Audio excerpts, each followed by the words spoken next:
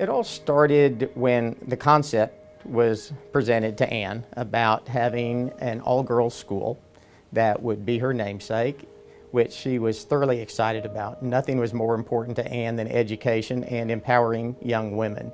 Ann was really looking for something where she could have an impact on women, whether it was girls, children, grown-up women, whatever. And that had been the focus of her life, along with education.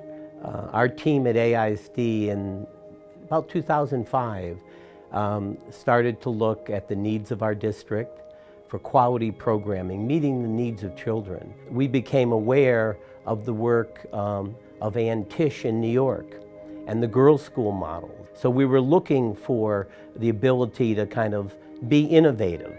And then one day, a wonderful gentleman named Lee Posey appeared at my door and talked about his vision, that he wanted to create a network to support schools that would educate young women. Well, I can remember she couldn't believe that Mr. Posey was going to offer a grant of $1 million to get these schools going. It wasn't just going to be in Austin. The Ann Richards School was going to be in Austin, but this was his form of philanthropy because of the way he grew up, the way his single mother raised him, and the value he put on education through a public school system. And so she thought, wow, this is one of the greatest opportunities in the world to do something that I really, really do believe in. So she spent a lot of time putting together the initial board for a foundation to help supplement what the school needed for these girls, because this was just such a new project. There's a second equation, that you have to recruit a good leader. How do you find the right person who has the talent and the skills and experience and the vision to take this opportunity and to have it flourish? And we were very fortunate that within our own ranks, we had that person, Jeannie Goka. I mean, she chose by far the best principal that she could find anywhere. Right here in Austin, Texas, she was here. And that just set the tone for the whole school and so coincided with Ann's feelings about how girls should be educated.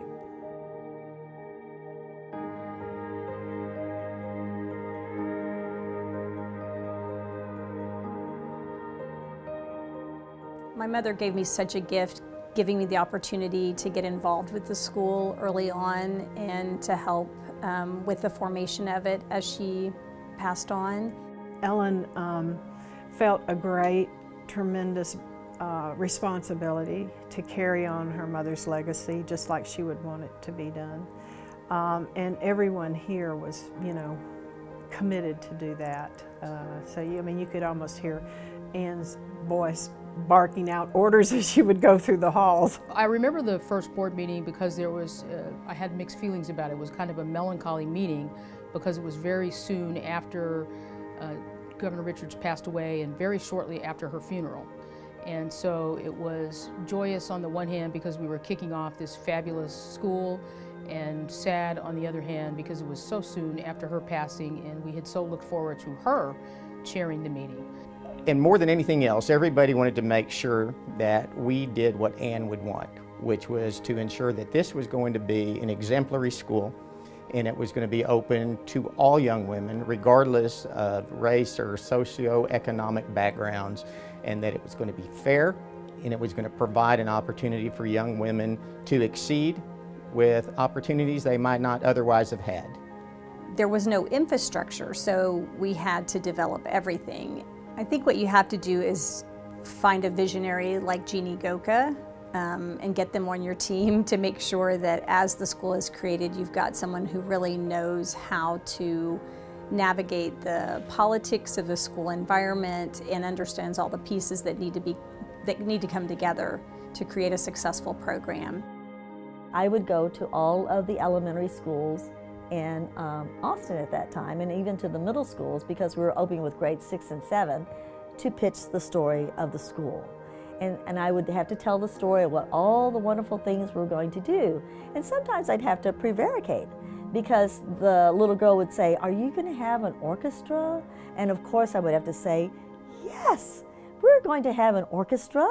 And then I'd race back and I'd say like, oh, now I've got to have an orchestra. And we did.